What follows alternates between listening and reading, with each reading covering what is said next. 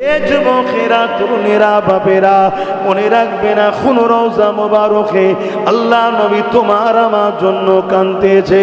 আল্লাহ পাক যেদিন কিয়ামতের দিন ঘোষণা করে দেবে, ওই দিনে আল্লাহ পাক হযরত জিবরাইল সাল্লামকে দুনিয়া জমিনে পাঠাবে। বিচারের দিন যেদিন ঘোষণা করবে, তার আগে আল্লাহ জিবরাইল সাল্লামকে জমিনে পাঠাবে। পাঠিয়ে বলতে লাগবে, এই জিবরাইল দুনিয়া জমিনে যাও, আমার হাবিবকে যে উঠিয়ে নিয়ে আসো। আজকে দিনে আমি বিচারের দিন করব, আমি আমার হাবিবের মাথাতে শাফাআতের তাজ পরিয়ে দেব। এ নওজওয়ানেরা, তরুণেরা, আল্লাহ নবী নবী দয়ার নবীকে সাল্লাম দুনিয়া জমিনে আসবে, তিনি উঠাবার জন্য আসবে। পুরো পৃথিবীটাকে তন্ন তন্ন করে খুঁজবে, কারণ একটা উঁচু টিলাও থাকবে না। আল্লাহ পাক সব তো ধ্বংস করে দিয়েছে, কোনো কিছু তো আর নাই। তাই কোন জায়গাতে আমার রাসূলুল্লাহ রয়েছে জিবরাইল সাল্লাম খুঁজে পাবে না। এই জমিনতে আওয়াজ দিয়ে বলতে লাগবে, ও রাব্বি আল্লাহ পাক, আপনার হাবিব কোথায় রয়েছে? আমি জিবরাইল খুঁজে পাচ্ছি না। আল্লাহ পাক সময় বলতে লাগবে, এ জিবরাইল জমিনে কান লাগিয়ে লাগিয়ে শোনো, যে জায়গা থেকে দেখবে কান্নার আওয়াজ আসছে, ওই জায়গাতে আমার খাবে তেনার গুনাহগার উম্মত উম্মতিদের জন্য কাঁদতেছে। আরো জোরে বলুন সুবহান।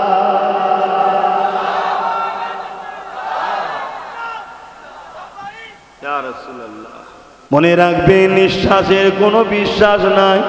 আজ আছি, কাল চলে যেতে হবে। কি মুখ দেখাবেন কবরের জমিনে? এমনি তো কবর প্রতিদিন বলতে লেগেছে, মানুষ জাতিকে আওয়াজ দিয়ে বলতে লেগেছে, কান নাই তো শুনবো কি করে? কবর দৈনিক ঘোষণা দিতে লেগেছে, ওরে আল্লাহর বান্দা বান্দি রে, জমিনের ওপরে বড় অহংকারের সঙ্গে করছি, জমিনের ওপরে বড় তাকাব্বুরের সঙ্গে করছে, জমিনের ওপরে আল্লাহ রসুলকে ভুলে করছে, জমিনের ওপরে পাপাচার করে বেড়াচ্ছে, জমিনের ওপরে ইসলাম বিদ্বেষীদের সঙ্গে ঘুরে বেড়াচ্ছে। মনে রাখবি, তুই যত বড় পালোয়ান হোস না কেন, আমার বুকের মধ্যে তোকে আসতে হবে। এই কবর কিন্তু একা থাকার জায়গা, এই কবর কিন্তু পোকামাকড়ের জায়গা, এই কবর কিন্তু অন্ধকার জায়গা। এই কবরের জমিনে তোকে আসতে হবে। মনে রেখে দিবি, এই কবরের জমিনে কেউ তোর সাথে আসবে না। এই কবরের জমিনে আসার আগে তৈরি হয়ে আয়। এই কবরের জমিনে আসার আগে তুই যদি দুনিয়ায় দাদাগিরি দিয়ে মানুষের উপরে জুলুম করে আসে, এই কবরে আসার আগে ইসলাম বিরোধী কর্মকাণ্ড করে, আল্লাহ ও রসুলের বিরোধী কর্মকাণ্ড করে, ইসলামের বিদ্বেষী কর্মকাণ্ড করে, জমিনের উপরে গরীব এতিম অসহায় মানুষদেরকে আত্মসাৎ করে জুলুম করে এই কবরের জমিনে যখন আসবে, তখন মনে রাখবি দুদিকের মাটি এমন ভাবে চেপে চেপে রাসূলুল্লাহ দেখিয়েছে, যেমন দুটো আঙুল ঢুকে গেল, এই দিকের পাঁজর এদিকের পাঁজর, এইভাবে তোমাকে চেপে চূর্ণ বিচূর্ণ করে দেওয়া হবে। কিন্তু মনে রাখবে, ওখানে শুধু কষ্ট হবে, মরণ হবে না। দুনিয়ায় কষ্টর পরে মরণ আছে, ওখানে কষ্টর পরে কিন্তু মরণ নাই। আমরা না দুনিয়া পেলাম, না আখিরাত পাচ্ছি। এখনো সময় আছে, পরিবর্তন হওয়ার।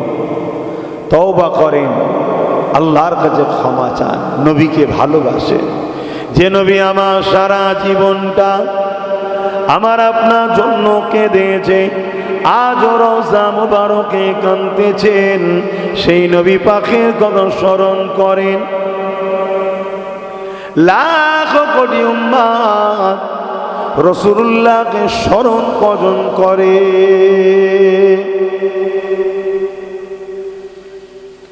এ নওজওয়ানেরা, অথচ আল্লাহ নবী জিন্দেগিতে এমনও কোনো দিন যায়নি, এমনও কোনো রাত যায়নি নবী আমার উম্মত উম্মতির জন্য কাঁদেনি। সর্বসময় নবী আমার তোমার আমার জন্য কেঁদেছে।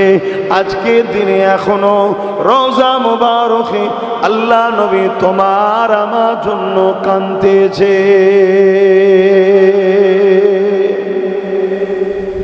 সেই নবীর জন্য আমরা কখনো কেঁদেছি? তেনার জন্য কখনো আমরা লড়াই করেছি? তেনার জন্য কখনো আমরা সময় দিয়েছি? তেনাকে কখনো একা একা বসে আমরা স্মরণ করেছি, মিস করেছি? কিতাবের মধ্যে আছে আল্লাহ নবী একদিন কাবা শরীফ তওয়াফ করতে লেগেছে।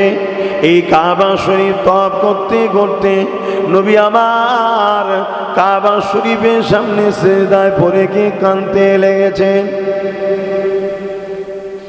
এ নওজওয়ানেরা, আল্লাহ জিবরাইল সাল্লামকে পাঠিয়ে দিলেন, এ জিবরাইল দুনিয়া জমিনে যান, আমার হাবিব কেন কাঁদে জিজ্ঞাসা করুন। হযরতে জিবরাইল আলাইহিস সালাম দুনিয়া জমিনে চলে আসলেন, আমার রাসূলুল্লাহ কেন কাঁদে সালাম দিয়ে জিজ্ঞাসা করতে লাগলেন।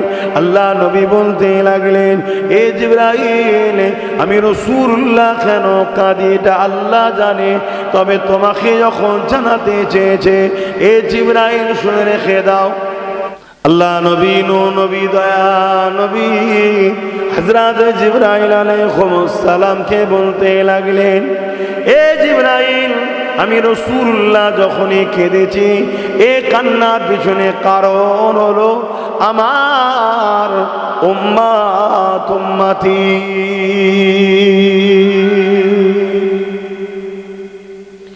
এ জিবরাইল, আমি রাসূলুল্লাহ আল্লাহ পাকের কাবা শরীফ তওয়াফ করতেছিলাম। এই কাবা তওয়াফ করতে করতে আমার মনে পড়ে যায় আজ জাতির কথা, সামুদ জাতির কথা, অন্য অন্য নবীর উম্মত উম্মতিদের কথা। যে সকল নবীর উম্মত উম্মতিরা তারা তাদের নবীর কথাকে অমান্য করার দরুন আল্লাহ পাক তাদের উপরে আযাব গজব দিয়ে তাদেরকে ধ্বংস করে দিয়েছে। আমি রাসূলুল্লাহ আমার ভয় হয়, আমার মনে পড়ে গেছে আমার উম্মত উম্মতিরাও আমি রাসূলুল্লাহ আমার কথাকে অমান্য করে ফেলবে, আমার কথাকে অমান্য করে দুনিয়ায় চলে বেড়াবে। আল্লাহ যদি তাদের উপরে আযাব দিয়ে গজব দিয়ে তাদেরকে ধ্বংস করে দেয়, আমি রাসূলুল্লাহ তাহলে কাদের দূরে দূরে গিয়ে তাওহীদের কথা শোনাবো, কাদের দুয়ারে গিয়ে রিসালাতের কথা শোনাবো, কাদের কাছে গিয়ে এক আল্লাহ পাকের কথা শোনাবো। আমি আমার উম্মত উম্মতিদেরকে বড় ভালোবাসি, এ আল্লাহ যেন তাদের উপরে আযাব গজব দিয়ে তাদেরকে ধ্বংস যেন না করে দেয়। আজকে এত অন্যায়, এত ভুল, এত খারাপ কাজ আমরা করে বেড়াচ্ছি, তারপরেও আল্লাহ আমাদের উপরে আযাব গজব দিয়ে ধ্বংস করে দেয়নি একটাই কারণ, আমার রাসূলুল্লাহ কাঁদবেন, আমার নবী কষ্ট পাবেন, তাই এজন্য। কিন্তু সেই রাসূলের জন্য আমরা কি করলাম? এটা তো ভাবতে হবে, এটাই তো ভাবা। আপনি দুনিয়ায় যার জন্য ভাবছেন, যাদের জন্য ভাবছেন, একটা কেউ আপনার আখিরাতে কাজে লাগবে না। আপনি আমার রাসূলের জন্য ভাবেন, আপনি দুনিয়াতেও কামিয়াবি হবেন, আখিরাতেও কামিয়াবি হবেন। জোরে বলুন সুবহানাল্লাহ। কেন সব কিছু বন্টন কিন্তু রাসূলুল্লাহ দরবার থেকে হচ্ছে। আপনি সেই রাসূলের পক্ষে কবে দাঁড়াবেন? আল্লাহ পাক ওই সময় আওয়াজ দিয়ে দিলেন, হে আমার হাবিব, আপনি কাঁদবেন না আপনার খাতিরে। আপনার উম্মত উম্মতিদের মধ্যে থেকে যতদিন পর্যন্ত এই জমিনের উপরে একজন উম্মত একজন উম্মতি এমন করে আমি আল্লাহ আমাকে দিল থেকে মহব্বত করবে, আপনাকে দিল থেকে মহব্বত করবে, আমি আল্লাহ তাদের খাতিরে এই দুনিয়ায় আযাব গজব দেব না, এই দুনিয়াকে ধ্বংস করে দেব না। আমি আল্লাহ আপনার ওই ঈমানদার উম্মতের খাতিরে আমি আল্লাহ দুনিয়াকে ততদিন পর্যন্ত রেখে দেব। এ যুবকেরা, তরুণীরা, বাপেরা, এ আমি আপনি আজ দুনিয়া জমিনে এত অন্যায় করার পরও আল্লাহর আযাবে শিকার হয়ে যায়নি, এত অন্যায় করার পরও আল্লাহর আযাবে খিলাস হয়ে যায়নি। মনে রাখবেন, আজ জমিনের ওপরে আল্লাহ পাকের পেয়ারা বান্দা বান্দিরা রয়েছে, তাই তাদের খাতিরে আল্লাহ এখনো দুনিয়ায় আযাব গজব দিয়ে দুনিয়াকে শেষ করে দেয়নি। কিন্তু একটা দিন আসবে এই জমিনের ওপরে একটাও ঈমানদার থাকবে না। আল্লাহ পাক সেদিন দুনিয়াকে ফানা করে দেবে, শেষ করে দেবে, সবাই চলে যাবে। কুল্লু মান আলাইহা ফান, সব কিছু আল্লাহ ফানা করে দেবে, কিছুই রাখবে না। এ জমিন, এ আসমান, এ পাহাড় পর্বত আল্লাহ পাক সব ধ্বংস করে দেবে। তো যতদিন তাহলে আমাদেরকে পাঠিয়েছে, তাহলে কি মাকসাদ? উদ্দেশ্য একটাই, যে বান্দা তোরা আমি আল্লাহ আমার খুশির জন্য চলবি, আমার হুকুম মেনে চলবি।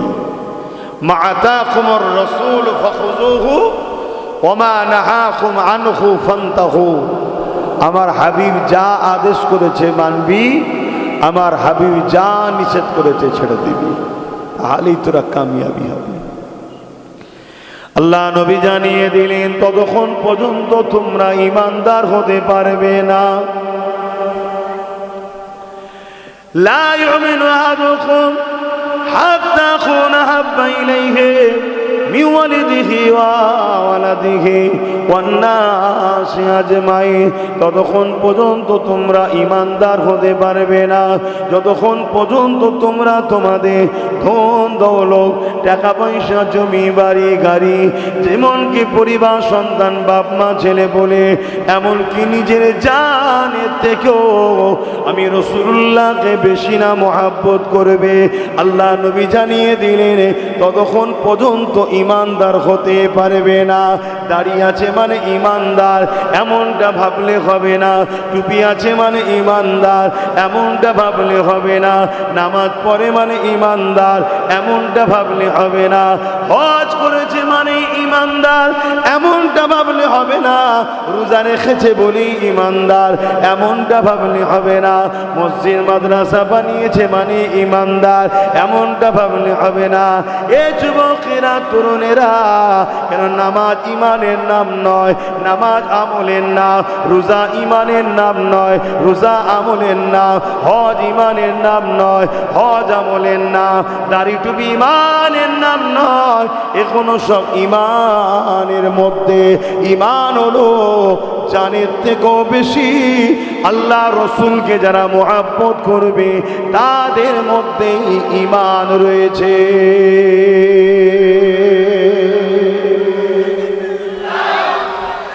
আল্লাহ,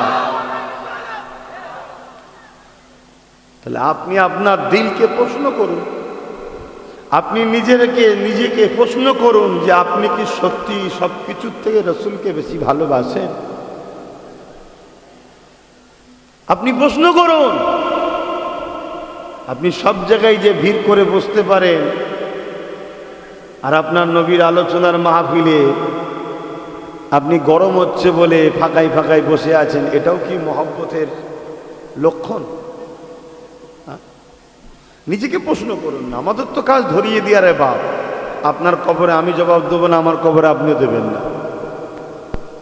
কোনো একটা জায়গায় আপনাদের সঙ্গে আমাদের সম্পর্ক আছে, একটা দাদা হুজুর ওসিলা, তাই চেষ্টা করছি দুনিয়াতেও যাতে বাঁচানো যায়, আখেরাতেও যাতে জাহান্নাম থেকে বাঁচানো যায়, চেষ্টা।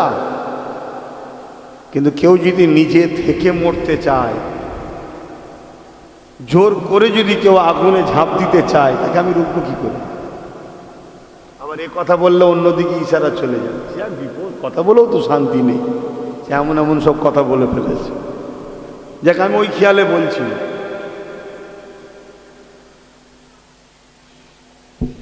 আবেরা নওজওয়ানেরা মনে রাখবেন, শরিয়াত কোনো পীর জাদার নয়, শরিয়াত কোনো মুফতি মাওলানার নয়, শরিয়াত আব্বাস সিদ্দিকীর আব্বা জানের দাদু জানেরও নয়।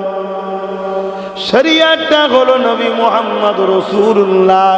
এখানে কোনো কম্প্রোমাইজ চলবে না। বাপ মার আগে হলো আল্লাহ ও রাসূল, স্বামী স্ত্রীর আগে হলো আল্লাহ ও রাসূল, সন্তানদেরও আগে হলো আল্লাহ ও রাসূল, জমি জায়গার আগেও হলো আল্লাহ ও রাসূল। এটাই তো আল্লাহ পরীক্ষা নিবার জন্য এই দুনিয়া জমিনে আমাকে আপনাকে পাঠিয়েছে। দেখা যাবে এমন একটা বাইনা আপনার ছেলে করে বসেছে, যে বাইনাটা পূরণ করলে আল্লাহ রাসূলের বিরোধী কাজ হয়ে যাবে। এই জায়গায় বাপের পরীক্ষা হচ্ছে, এই জায়গায় মায়ের পরীক্ষা হচ্ছে।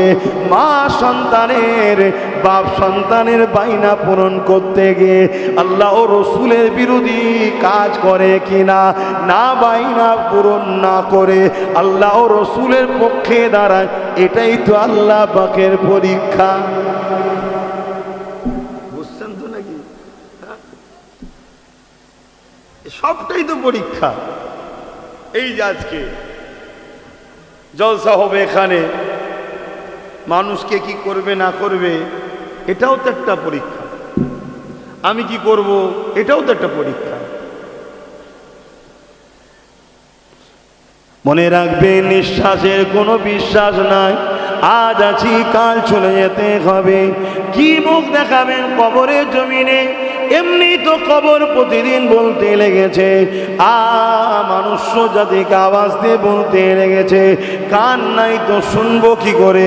কবর দৈনিক ঘোষণা দিতে লেগেছে, ওরে আল্লাহর বান্দা বান্দি রে, জমিনের ওপরে বড় অহংকারের সঙ্গে করছি, জমিনের ওপরে বড় তাকাব্বুরের সঙ্গে করছে, জমিনের ওপরে আল্লাহ রাসূলকে ভুলে করছে, জমিনের ওপরে পাপাচার করে বেড়াচ্ছে, জমিনের ওপরে ইসলাম বিদ্বেষীদের সঙ্গে করে বেড়াচ্ছে। মনে রাখবি, তুই যত বড় পানোয়ানোস না কেন, আমার বুকের মধ্যে তোকে আসতে হবে। এই কবর কিন্তু একা থাকার জায়গা, এই কবর কিন্তু পোকামাকড়ের জায়গা, এই কবর কিন্তু অন্ধকার জায়গা। এই কবরের জমিনে তোকে আসতে হবে। মনে রেখে দিবি, এই কবরের জমিনে কেউ তোর সাথে আসবে না। এই কবরের জমিনে আসার আগে তৈরি হয়ে আয়। এই কবরের জমিনে আসার আগে তুই যদি দুনিয়ায় দাদাগিরি দিয়ে মানুষের উপরে জুলুম করে আসে, এই কবরে আসার আগে ইসলাম বিরোধী কর্মকাণ্ড করে, আল্লাহ ও রসুলের বিরোধী কর্মকাণ্ড করে, ইসলামের বিদ্বেষী কর্মকাণ্ড করে, জমিনের উপরে গরীব এতিম অসহায় মানুষদেরকে আত্মসাৎ করে জুলুম করে এই কবরের জমিনে যখন আসবে, তখন মনে রাখবি দুদিকের মাটি এমন ভাবে চেপে চেপে রাসূলুল্লাহ দেখিয়েছে, যেমন দুটো আঙুল ঢুকে গেল, এই দিকের পাঁজর এদিকের পাঁজর, এইভাবে তোমাকে চেপে চূর্ণ বিচূর্ণ করে দেওয়া হবে। কিন্তু মনে রাখবে, ওখানে শুধু কষ্ট হবে, মরণ হবে না। দুনিয়ায় কষ্টর পরে মরণ আছে, ওখানে কষ্টর পরে কিন্তু মরণ নাই। শুনছেন? একটু ভেবে চলো।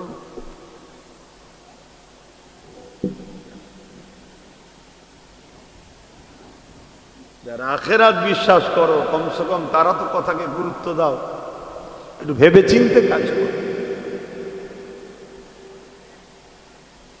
আল্লাহ নবী জমিনের ওপর থেকে জুলুমকে খতম করেছে। আজকে মুসলমান ঘরের ছেলেরা জুলুমের সঙ্গে কাঁধে কাঁধ মিলাচ্ছে। আল্লাহ নবী জমিনের ওপর থেকে রেপকে বন্ধ করেছে। মুসলমান ঘরের ছেলেরা রেপিস্টদের সঙ্গে দল করছে। আল্লাহ নবী জমিনের ওপর থেকে নেশাকে বন্ধ করেছে।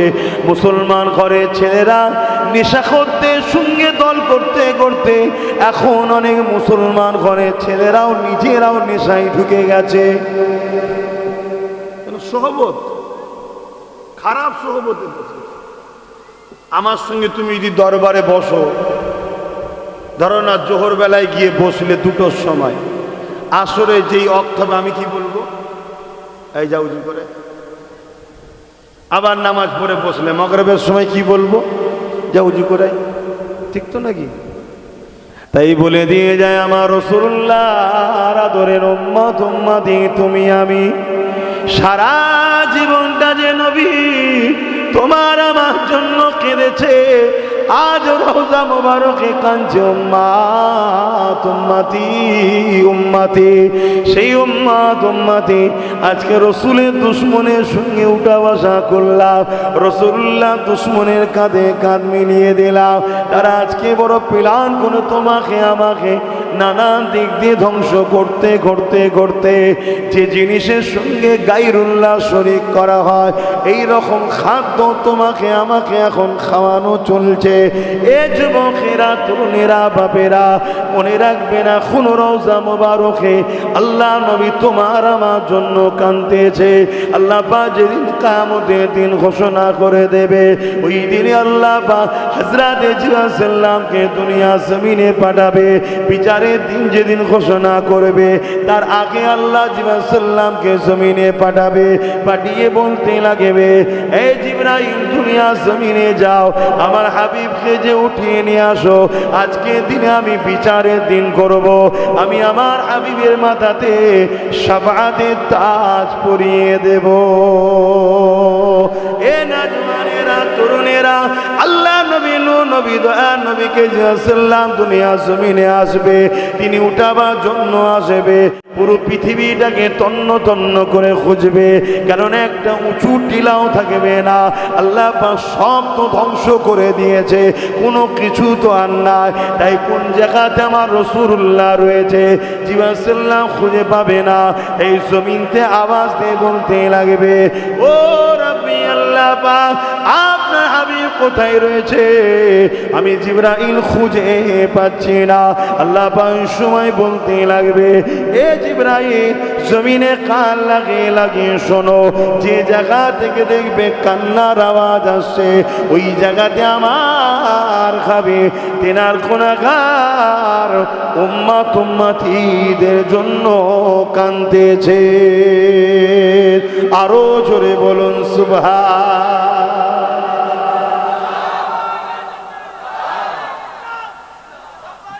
ইয়া রাসূলুল্লাহ, একবার হলেও তো ভাবো যুবক, এত ভালো কে বাসে?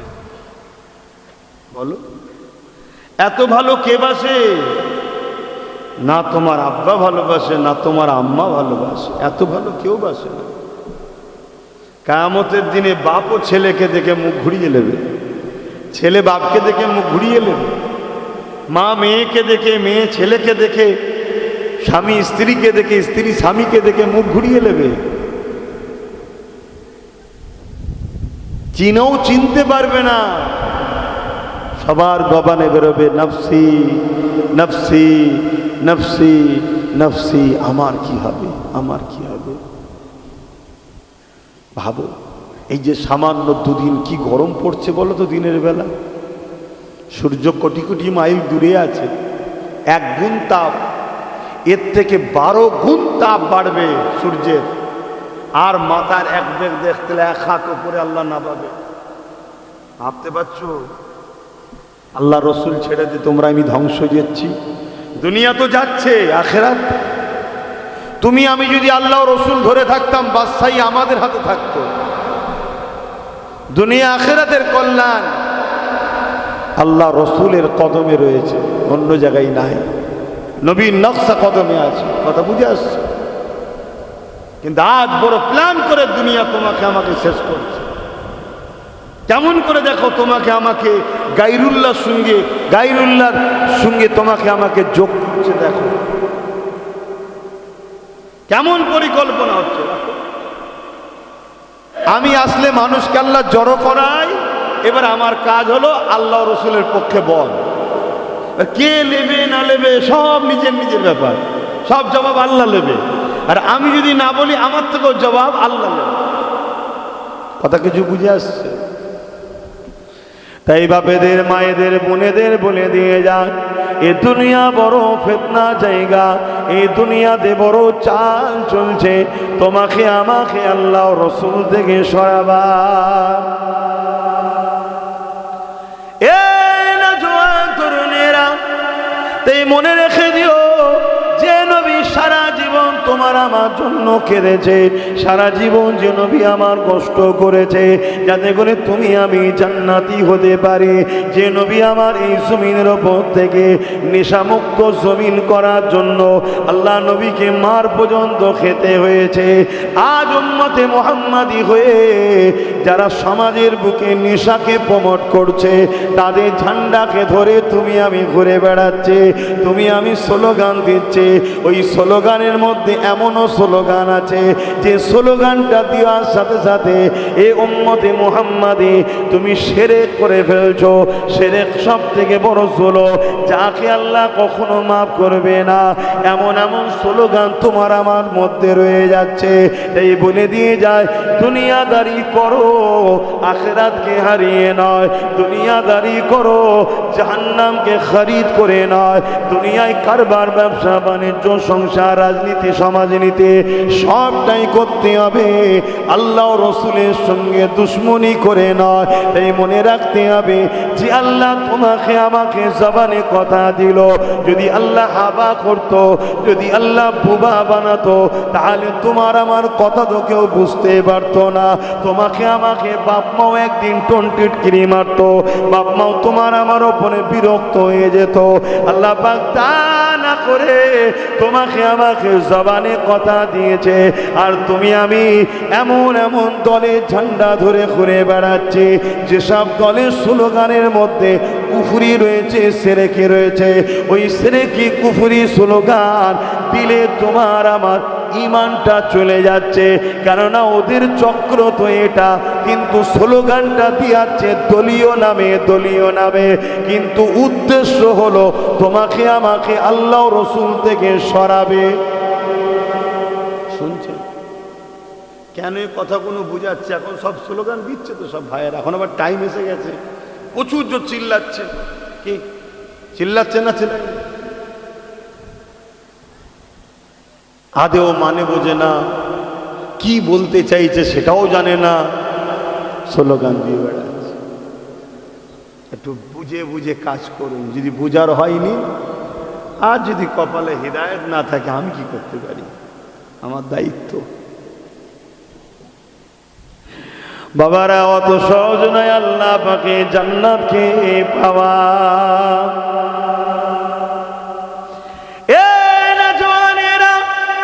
এই দিনের জন্য সাহাবা হুজুররা নিজের জীবনকে কুরবান করে দিয়েছে। আর তুমি আমি মনে করছো 5 ওয়াক্ত নামাজ পড়ি জান্নাতে চলে যাব, হজ করে নিয়েছি জান্নাতে চলে যাব, একবার রোজা রেখেছি জান্নাতে চলে যাব, হাজী সাহেবের বেটা হয়েছি জান্নাতে চলে যাব, পীরের বেটা হয়েছি জান্নাতে চলে যাব, মুফতি মাওলানা সাহেব হয়েছি জান্নাতে চলে যাব।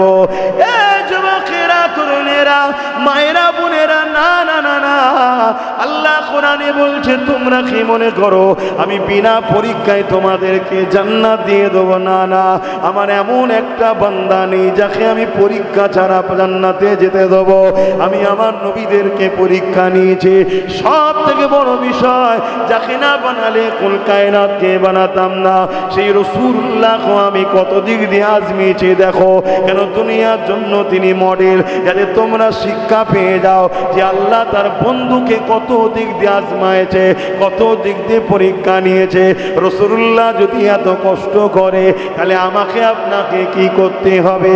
আল্লাহ নবী যখন দিনের জন্যে, মানবতার জন্য, ইনসাফের জন্যে, আল্লাহ সৃষ্টির জন্যে, জুলুমকে বন্ধ করার জন্যে, সমাজকে নেশামুক্ত করার জন্যে আল্লাহ নবী যখন তায়েফের জমিনে গেলে, তায়েফের মানুষকে নায়ের দাওয়াত দেবে বলে ওই সময় তায়েফের মানুষেরা ছোট ছোট যুবকদের ঘরে বাচ্চাদেরকে হুলিয়ে দিল।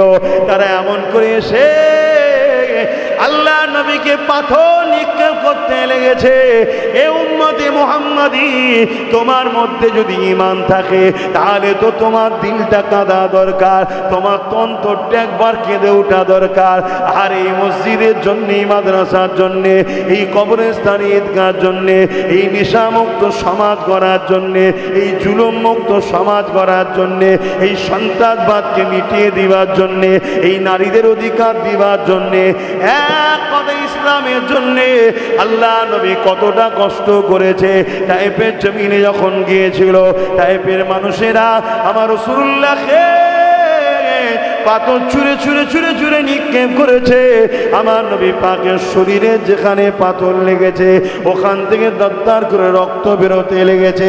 ওই রক্তের টুপা গড়িয়ে গড়িয়ে গড়িয়ে গড়িয়ে আল্লাহ নবীর জিহ্বা পিরাহানখানা ভিজে ভিজে ওটা গড়িয়ে গড়িয়ে পায়ের তলাতে পর্যন্ত জমে গেছে।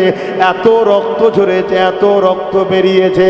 কি জন্যে কি কাজ করেছিল? রাসূলুল্লাহ বলেছিল মানুষ মানুষের উপরে জুলুম করবে না।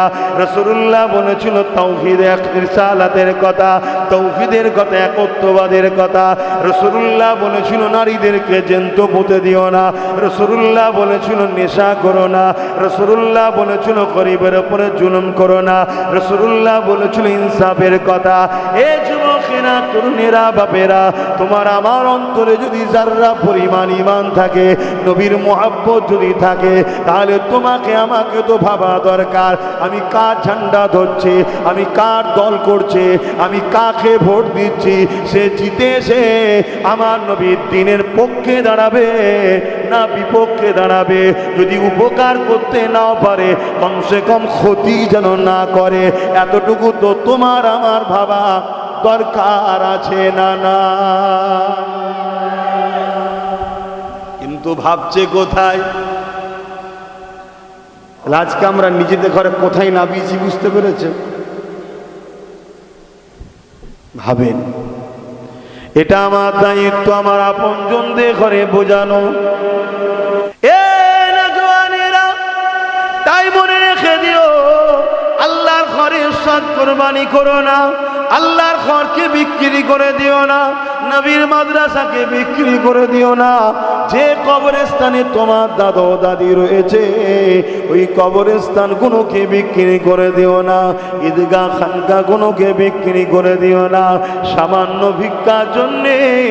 আর ধরো তোমাকে আমি 100 কোটি দিলাম, তুমি নিয়ে ঘরে গেলে, 1 সপ্তাহের মধ্যে তুমি মারা গেলে, এই টাকাটা তুমি কি ভোগ করতে পারলে?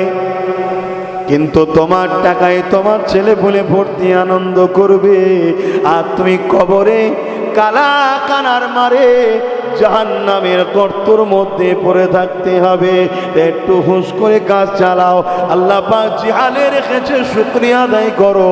তোমার আমার আব্বা জান ইব্রাহিম আলাইহিস সালাম কত সুন্দর কথা বলেছিল, আমি আমার আল্লাহকে ভালোবাসি। আমার আল্লাহ যদি আমাকে নমরুদের আগুনে ফেলে পরীক্ষা নেয়, ইব্রাহিমের কাছে জান আগে না আল্লাহর ভালোবাসা আগে, ঈমান আগে না জান আগে।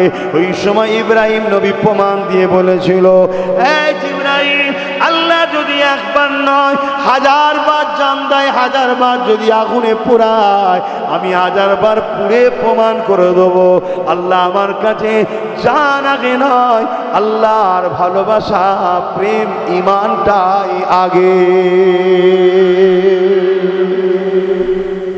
আজকে আমরা কি করছি? পরীক্ষা তো নেবে আল্লাহ।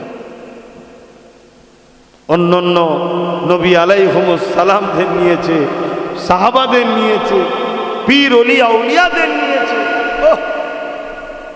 সাহাবা হুজুরদেরকে কত পরীক্ষা লিয়া। হযরতে খুবাইব রাদিয়াল্লাহু তাআলা আনহু, তিনি একদল সাহাবাদেরকে নিয়ে দ্বীনের মেসেজ দিচ্ছিলেন। এমন সময় তৎকালীন জালিম শাসকের সৈন্যরা এসে সাহাবা হুজুরদেরকে বন্দী করে তুলে নিয়ে গেছে। যেমন আবু জেহেলকে আল্লাহ বার দিয়েছিল হযরতে বেলাল হুজুরের ঈমানের পরীক্ষার জন্য, জানেন তো নাকি?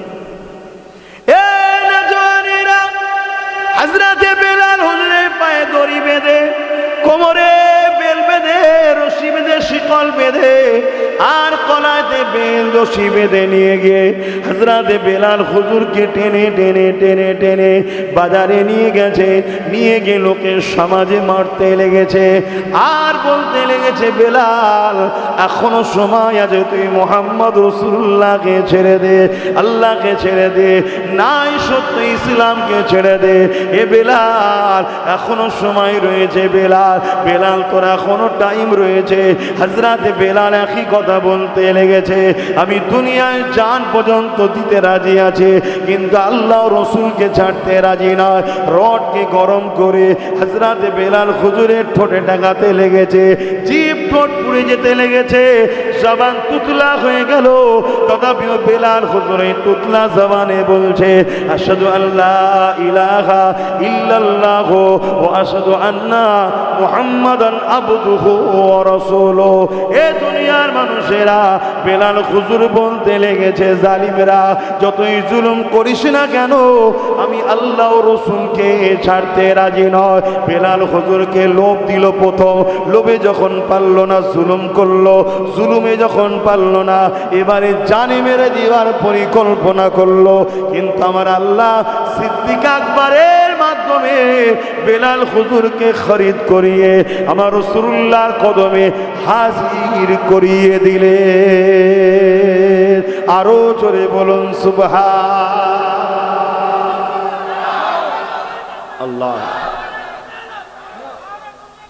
জিন্দাবাদ ইয়া নবী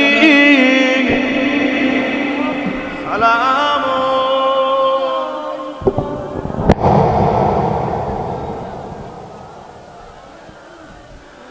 ইয়া হাবিব সালাম।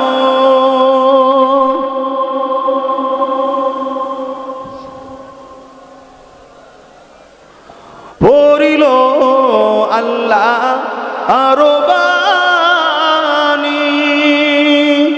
পোহালো দুঃখে রজনী, হইল জগৎ অনুরানী, আমিনার নয়নের মনি। ইয়া নবী সালাম, ইয়া রাসূল সালাম,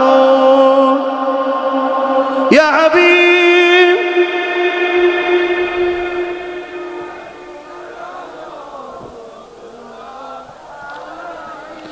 জিবরাইল দিলে এই যে আওয়াজ, খুলে দাও আসমানের দুয়ার। এসেছে নবী ঈদের সরদার, করিতে আল্লাহ আরো দিদার। ইয়া নবী সালাম, ইয়া রাসূল সালাম।